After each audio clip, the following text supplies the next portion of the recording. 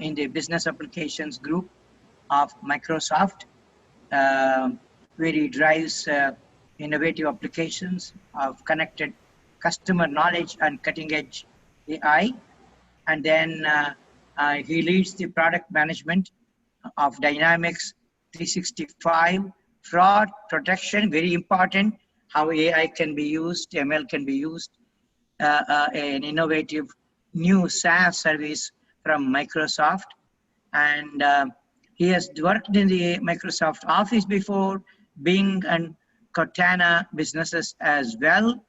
And he's a senior member of IEEE. That means he has a minimum of 10 years experience and high education, which he probably exceeds all of that with his PhD. And he has a PhD from University of British Columbia. And he is done work in wireless engineering and so on, studies and work himself. I think you can start now, Mr. Anand Oka. Thank you so much. Really appreciate the kind words and introduction. So as Mr. Murthy said, my name is Anand Oka, and I'm a product manager director of product management in Microsoft, and I want to talk with you about an interesting topic that has kind of come into more and more into my kind of radar as I've been working on business applications, and that is the use of reinforcement learning. Let me just reduce my, yeah. So I just want to kind of walk you through how my thought process has evolved personally and how we have been using this technology and how we see it going forward in this area. So the outline of the talk is that I'll start with a teaser, bear with me. I just want to kind of like bring you into the problem without actually becoming too structured right in the beginning. And then once your appetite is whetted, I'll actually kind of show you the taxonomy of AI problems in business and where like RL is really kind of applicable. And then finally, I'll end with a case study, which is the use of reinforcement learning, specifically in fraud management, which is a subject very dear to my heart. But obviously, the aim here is not to just focus on fraud management, but really show the bigger kind of bigger spectrum of applications where it can be used. So here is a teaser, right? In fraud management, in modern fraud management today, which is especially needed for e-commerce, because a lot of commerce is happening online now, the standard approach now is to really use supervised machine learning, right? And by this I mean is what happens is that as a transaction is being attempted online, you have a lot of properties of the transaction that you can observe: who is doing it, what is being bought, where is the transaction happening, when, and what device is being used, how is it being done. And using all these observations, you can kind of score the transaction using a model that you have trained before.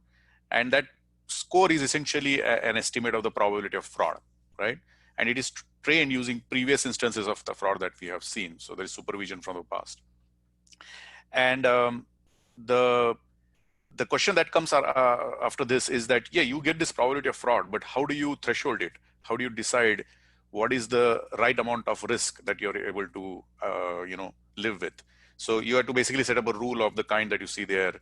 If S is greater than a certain threshold gamma, reject, otherwise you approve. But how do you choose gamma? And kind of the choice of the gamma kind of decides our appetite for risk. So you can kind of see intuitively that if you set that threshold too low, then you're going to catch most of the fraud, because most of the fraudulent transactions will be scored high, and they'll land up above the threshold, and you'll reject most of the fraud. But this also may lead to rejection of a lot of legitimate customers, which is something you want to avoid, obviously, right? Now, in order to kind of avoid that problem, you may say, okay, set the threshold low, make it as low as possible. And then you would actually, not reject good customers, legitimate customers, but then you will miss much of the fraud. So then you're back to square one. So this kind of trade-off is not new in engineering. This happens all the time. And typically the way the trade-off is solved is by saying that, hey, assume that you have a perfect knowledge of the environment, the operating environment, which is in this case, what is the future environment of fraud that you're going to operate in the next day or next week or whatever, and then solve an optimization problem. And so in this case also, if you assume like perfect knowledge of the future, you can solve an optimization problem, and you can basically find the best threshold gamma and move on, right? So is the problem solved? Are we through already? The problem is no. I mean, we are just getting started, and I'm going to walk you through all the kind of like gotchas that are now lying in wait for us. The first thing is this assumption that the future environment is known is kind of sanguine, right? It's naive, because the environment changes on you, and there are various aspects of the environment that matter as far as fraud protection is concerned. But one particular one that really matters a lot is called fraud pressure, which is really the intensity with which fraudsters are attacking your portal. And this is not in your hand, this is nature, right? So it's measured in a very specific way as a fraction of incoming transactions that are actually fraudulent. So kind of, again, intuitively, you can imagine that if the fraud pressure is high, there's a lot of attack on your gates, you will set the threshold low because you want to capture all that. Because if the incoming fraud attack is high and you don't have a conservative risk policy, you're going to admit a lot of that fraud in, and your platform is going to suffer a lot of devastation, right? So it's clear that the fraud pressure matters in deciding the threshold gamma. But this is a fraud pressure that you're going to see in the future. How do you know that, right?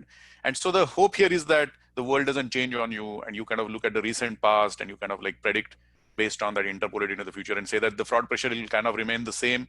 So hopefully, you know, it will work. That gamma which you optimize for will be okay. So is the problem solved now? Even if you assume that the environment is slowly changing and, you know, it will have a kind of a continuity, is the problem solved? And this is the kicker. The problem is still not solved, because it's not just that the environment changes by itself, but your action of choosing a particular threshold actually determines how fraud pressure will evolve in the future. And again, it's intuitively clear, if you see what I mean, is that if you choose a risk policy, which happens to be optimal right now, suppose the fraud pressure is low and hence you keep your fraud threshold gamma pretty high, you don't want to reject too many of your legitimate customers. This all sounds to be good. But fraudsters will see that you are not being very aggressive in rejecting fraud, and they'll attack you tomorrow more. So the act of choosing a particular threshold right now is actually causing a big attack to happen starting tomorrow and day after. And so your actions are causing the environment to change. And this is where I would say, welcome to the world of closed loop decision making. This is not a new thing, by the way. I mean, this happens all the time in engineering, these closed loop problems. And typically in the engineering world, these have been solved using techniques of operations research, and in particular, like the beautiful theory of dynamic programming, which really revolutionized this area, you know, in the 1950s or 60s, actually, a long time back. You know, Bellman and others were at the vanguard of that. But are we there yet then? You know, have we solved the problem? Yeah, you have actions can change the environment, but we have the framework of decision making from dynamic programming, operations research. So yeah, it's a solved problem, right? The answer is still no, I'm sorry to say. And the problem here is that this fact that our actions affect the future, plus the fact that the environment actually can change rapidly, they kind of conspire against you. And this is called like shocks to the environment, right? So what can happen is that the environment can change suddenly. It can actually have almost like a step change on you. So this happens a lot in fraud environment, where sometimes there's a breach at some big company or corporation, and they kind of, a lot of customer data is suddenly out in the open. It's in the dark web, you know, your personal information, credit card information. And now fraudsters are actually rushing in to exploit that outed data before you even have the ability, because consumers have the ability to shut down their accounts, or, you know, change credentials, or ask for new card numbers and things like that. So you'll see like a huge spike whenever there is like a compromise like this. There will be a huge spike in fraud attacks across the world, and we see this all the time. And what happens is that the classic OR techniques, they kind of struggle to cope with this, because they're built on the notion of learn somehow the model from history, assume some continuity, and then kind of using that model solve a very tight optimization problem, which is done by dynamic programming. So that second part is great, but the first part of estimating the fraud environment tomorrow is like not working so well. And this is where RL will come in, as we'll see shortly. So with this teaser now, I want to become a little more structured, and I want to show you like how I see the ontology or the taxonomy of business problems and where AI can be applied, right? So at the very top, AI problems are divided, or business problems where AI can be used are divided into two sections. There are open loop problems and closed loop problems. And just for the sake of completion, let's just talk about open loop problems a little bit, because that will help you connect to everything that you know already about ML in business, right? So even in open loop problems, there are stateless problems and stateful problems. And without getting into too much detail, stateless problem means that the environment is like stateless, or it's like trivially stateful, in the sense there is only a single state and you're just making self transitions. So what this means is that the observations that you're making from the environment are all IID. There is no memory. And the ML that is used in this mechanism is typically your classical supervised learning models, for face recognition. Even the fraud model which I showed you earlier, that is actually based on the assumption of statelessness. And then you can also have statefulness. It's not like open loop problems are always stateless. But the critical part is that the statefulness of the environment is such that it's a Markov chain, but it's not a Markov decision process. So your actions do not affect the state transitions. So it can have memory in the observations, but how the observations will evolve and what observation you'll get in the future is not determined by your actions. This is very critical, this statement. So being stateless or stateful, both are possible, but under open loop. But the critical thing is your actions do not impact future observations. And then we have the second big branch, which is closed loop problems. And in closed loop problems, by definition in closed loop problems, the environment is stateful. It has to be stateful. Otherwise, you don't get this notion of closed loopness. But interestingly, it is stateful. So it is a Markovian chain, but it's not just a Markov chain. It's a Markov decision process. Every time you take an action, it chooses, or it helps or determines at least partly which state transition is going to happen. So the next observation that you're going to make is determined by your actions, essentially, right? So this is very critical, and this is very similar to games, right? Gaming arena.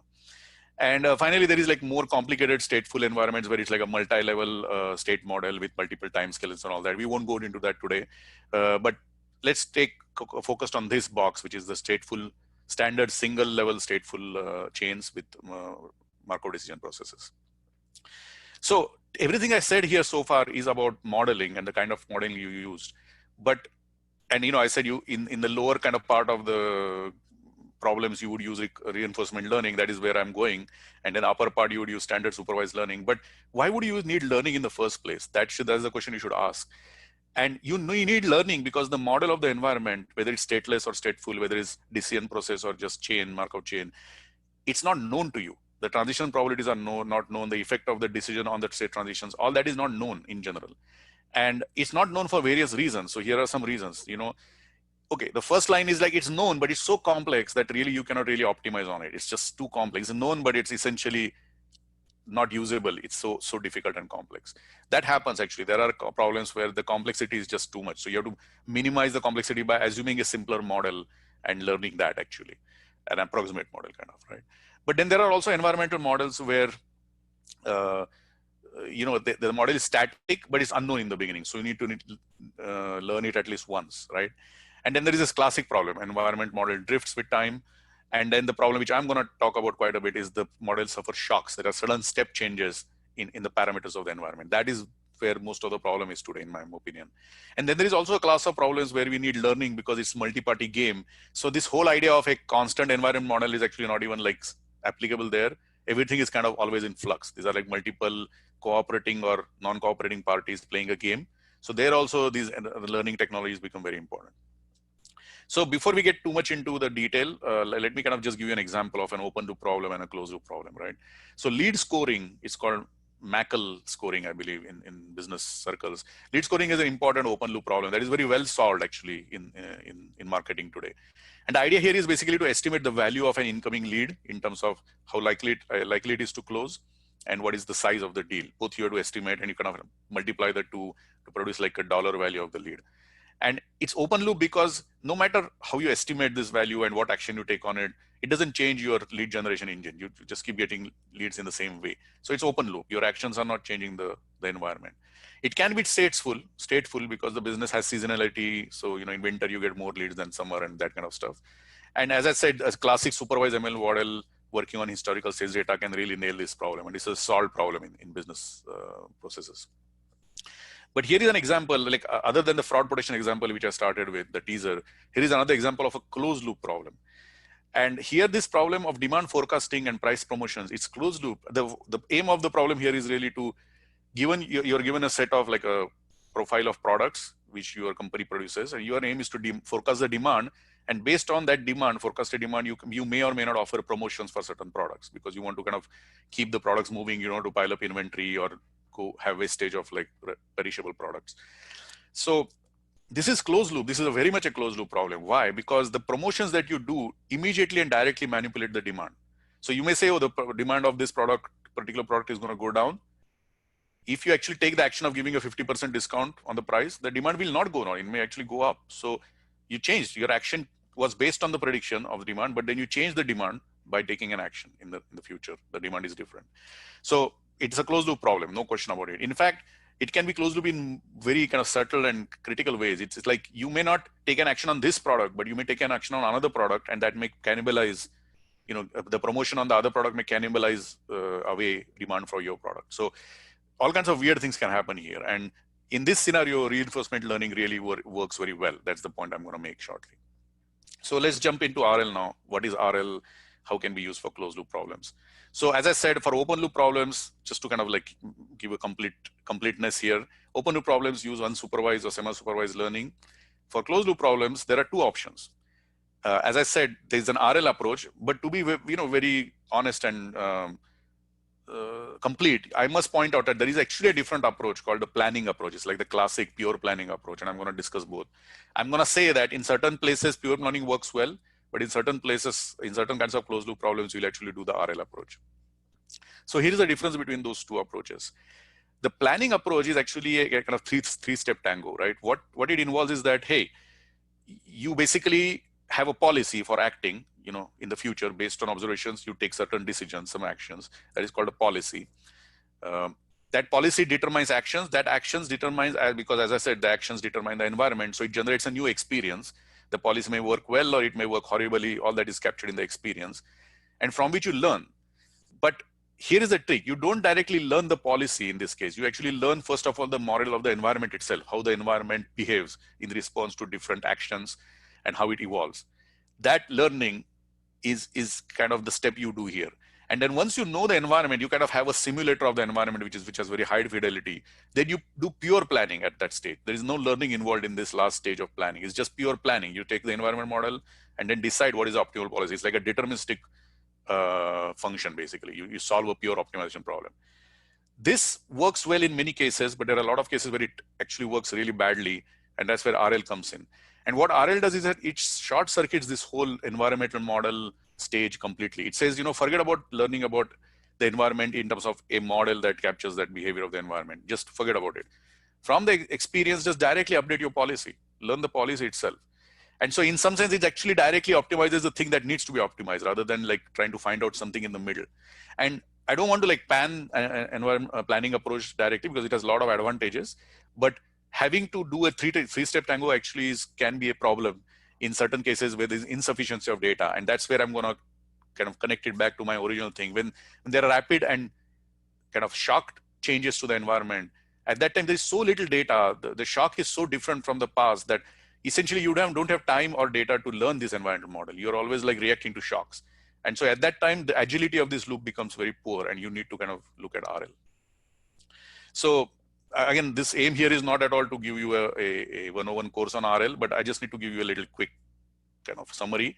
So the idea in RL is that there is an environment which is out of your it's not out of your control, but you can act on it only in terms of actions. And then controller is what you have built, right? So the controller takes actions. So at every time t, you get a particular observation of the environment and you get a reward signal. That's a reward is like the critical part of RL. You get a reward, which is like a scalar reward. And based on those two and something that you have learned, you take an action at time t. The action t will affect the environment state st, and it will actually make a state transition. And as it makes the state transition to t+1, it will produce a new observation, which is the ot+1, which is observation for the next state. And for simplicity, we'll assume full observability here and say that ot is equal to st. But this is not really critical, this observation, but I just want to keep it clean and simple. So let's make this simplifying assumption. So what does RL do then? So I showed you this diagram. What is RL doing? RL is basically coming up with a policy pi, which is called pi of s.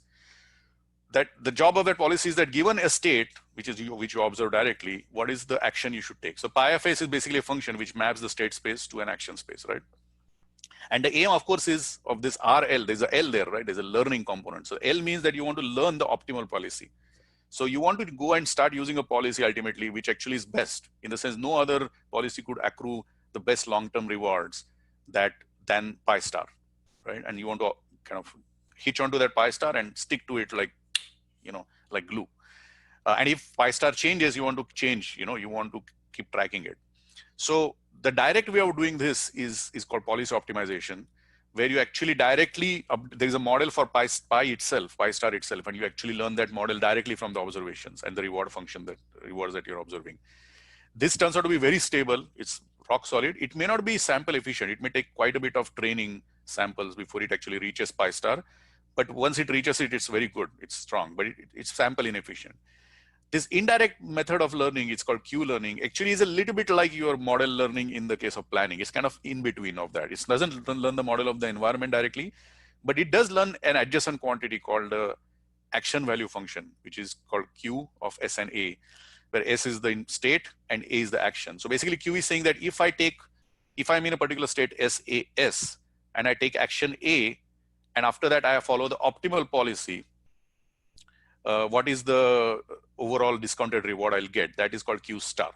And if I don't follow the optimal policy, then it will be QS of A at a particular policy pi. The subsequent actions are taken based on policy pi. So here the aim is to kind of learn Q star first, which is the optimal action value function. And then, a pretty simple theorem in this theory of decision processes, Markov decision processes, shows that, the pi star, the optimal policy, is actually very easily given by just maximizing over A, the Q star of S and A. So known theorem, and it holds under a very broad set of conditions. So good news there. So why would you do Q learning? Well, it is actually less stable, interestingly, but it is actually much more sample efficient. So you can learn with fewer data points. You can learn and start making optimal decisions very quickly, but it is less stable. So sometimes it may diverge and not really, stick it to the right policy, right? So fortunately, we don't have to do this kind of trade-off where either you go for sample efficiency or you go for stability, right? So what researchers have found out now in the recent days is that there is a hybrid method which actually does the best of both worlds. It's called actor-critic methods or policy value learning. And what this does is that it actually has like two models in it. There's a action model, which is a policy model, and then there is actually a Q model, for learning the Q function. And that is the critic, and the action model is the actor, and they actually talk to each other basically. So I won't go too much into the depth of this, but it actually is giving you best of both worlds, sample efficiency and stability. And I've experimented a little bit about this. I'm not an expert in this by any means, but seems to work out of the box pretty well on a variety of problems. So let's jump into this question about how do you implement this, right? So I want to give you a concrete example so that you take this away as something that can be implemented in real world situations. So let's come back to our fraud management problem, but make it a little more specific, and I'll show you how RL can actually be applied here. So first, you have to define a state, right? This is a Markov decision process. It has a state. What is the state? So when we talk of state, even before we talk of state, the real world is in continuous time, right? There is no discretization of actual time. So you have to kind of discretize it artificially. So we'll discretize it at the hourly grain. So our chain is making transitions every hour, which is a reasonably good time scale. We could do it at every day also, but hour is a good thing because it gives you more agility to react. And so that means that everything is getting updated every hour. Our risk policy is getting updated every hour.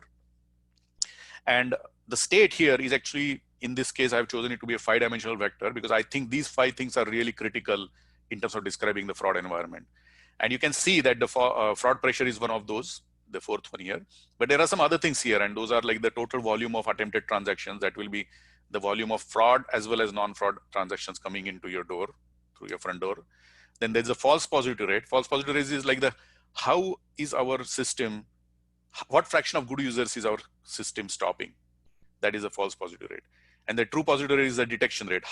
What fraction of fraudsters are we able to detect and stop? That is a true positive rate.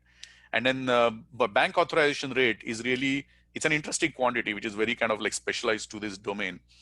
In credit card transactions, online commerce, once the merchant decides that this transaction looks safe, he actually send that transaction to the bank to get the money from the bank against the credit card, right? That was used in the transaction. And the banks, that is called an authorization call to the bank. And the bank has a right to accept or reject the call. It's not like a done deal. The bank may say, no, I think this transaction is funny or fraudulent. I'm not going to accept it. They'll reject it. So the fraction of transactions that a merchant sends to the merchant sends to the bank, the fraction that is accepted by the bank and actually authorized for funds release, that is called the bank authorization rate. And that number is actually a very important part of our fraud environment, as I'll talk about in a moment. So that was the state space. What is our action space and what are the rewards? The action space, to be very simple, let's keep it binary. So it just means that whatever your current threshold is, you can take two actions. You can actually increase the threshold by delta, that is gamma plus delta, or you can reduce it by delta, that is gamma minus delta, right? So the simple binary action, and you choose the delta to be some reasonably small quantity so you can get good tracking behavior. And the reward, this is very specialized again to this field. The reward in this case is the net profit, is the profit that you accrued in the preceding 1 hour interval. And what is profit? So of course the profit is the profit from all the legitimate transactions, but I would also subtract all the loss that you suffered from the fraud transactions, right? And that's the balancing act. In order to maximize the first term, you may actually end up maximizing the second term also. Or if you want to just minimize the first term, you may end up minimizing second term. So there's a very specific place where this kind of balancing act actually becomes maximized. And of course, because the fraud environment changes, that balancing act has to change literally hour to hour. That's what we are doing here. So how does the, very qualitatively, how does the action of increasing or decreasing the threshold, how does it change the state? And so I'm going to give you a qualitative description, right? That if you increase the threshold gamma, means that you become more relaxed, because it takes more for you, it takes more conviction for you now to reject a transaction. The fraud score really needs to be pretty high before you'll reject it. I'm saying it in various ways. So if you make your risk policy more lenient, these are all various ways of saying gamma is increased. What will happen? The first thing that will happen is your false positive rate will go down. That is what you wanted to do, because you wanted to reduce the impact on your good customers. So yes, becoming lenient means we are going to let more fraction of your good customers through, which is a good thing. That means now there is a second order effect happening, that because good customers are finding it easy to buy from you, they're not getting rejected, they're going to actually buy more, they're going to come more often to your shopping portal. And so the volume of good transaction will increase. Interesting, right? Then third, the true positive rate will actually decrease. And this is a standard trade-off. When the threshold becomes higher, your ability to detect fraud goes down, right? Because the ROC is always like a monotonic curve.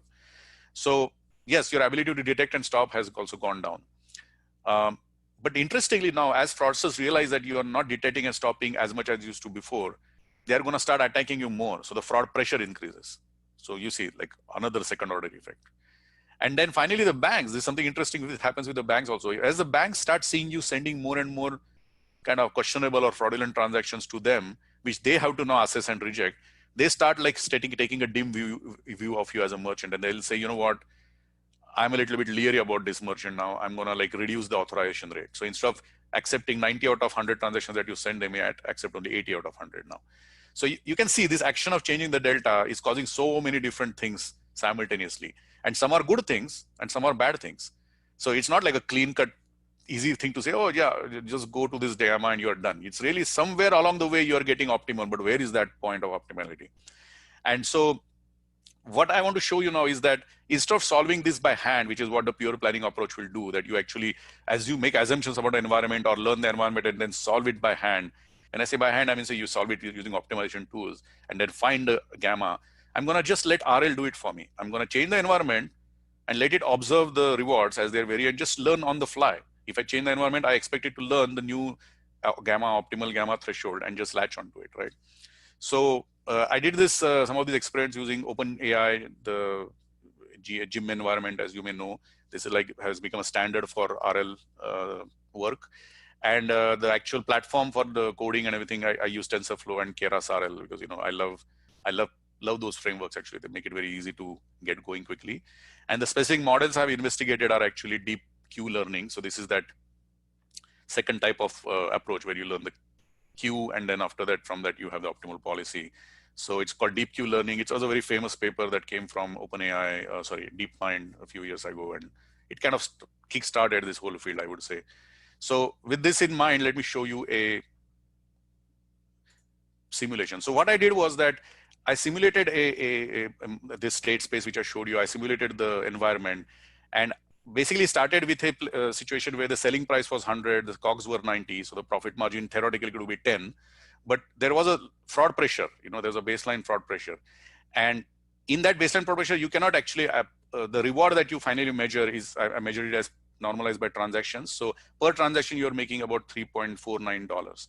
So why not $10? Because you're also losing something to fraud, right? As I told you, it's a balancing act. You cannot just make money on good transactions. You also lose money on fraud sometimes. So the system was actually going to an optimal point. It evolved to an optimal point. It said that you are making $3.49 per transaction. But after that, I let it run there, and then I changed the environment on it.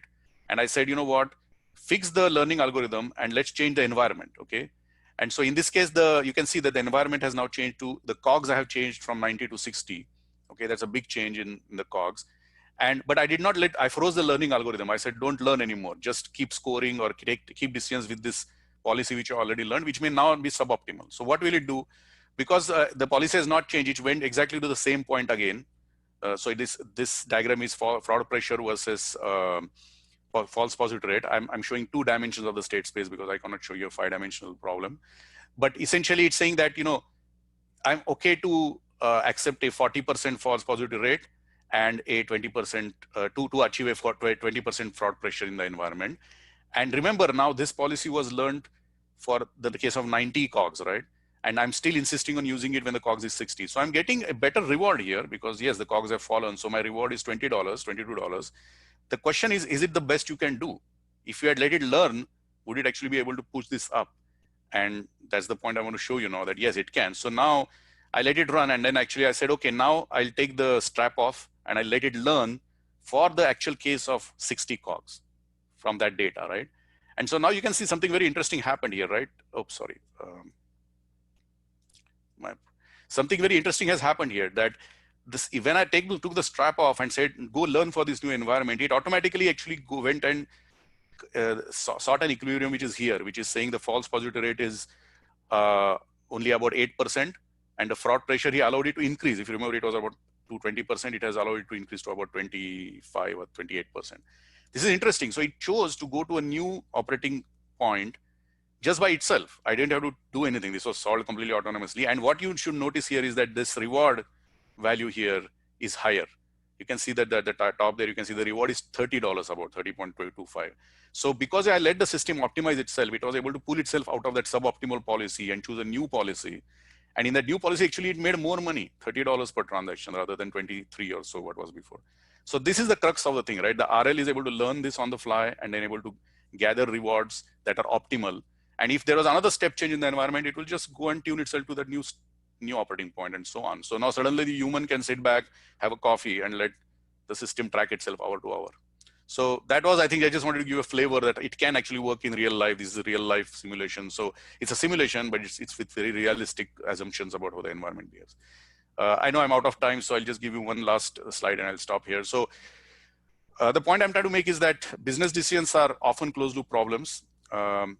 And business environments are getting very challenging. They change, they change a lot. You have seen what happened with COVID. The environment changes on you. There are like step changes, there are like shocks to the environment.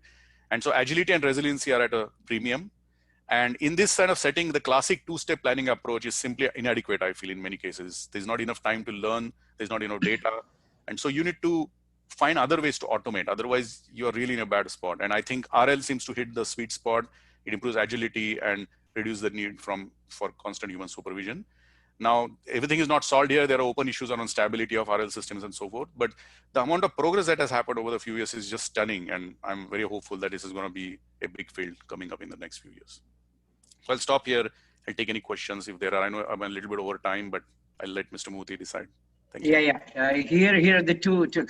Here's the conflict thing, right, that we have to solve. Yeah. Number one, 12:45, we have this mentoring session that will start. Yep. And for which yesterday we had little difficulty in assigning and so on. We lost some time. Hopefully we want to do it faster, earlier. That's one priority. Second priority is there are 2 questions from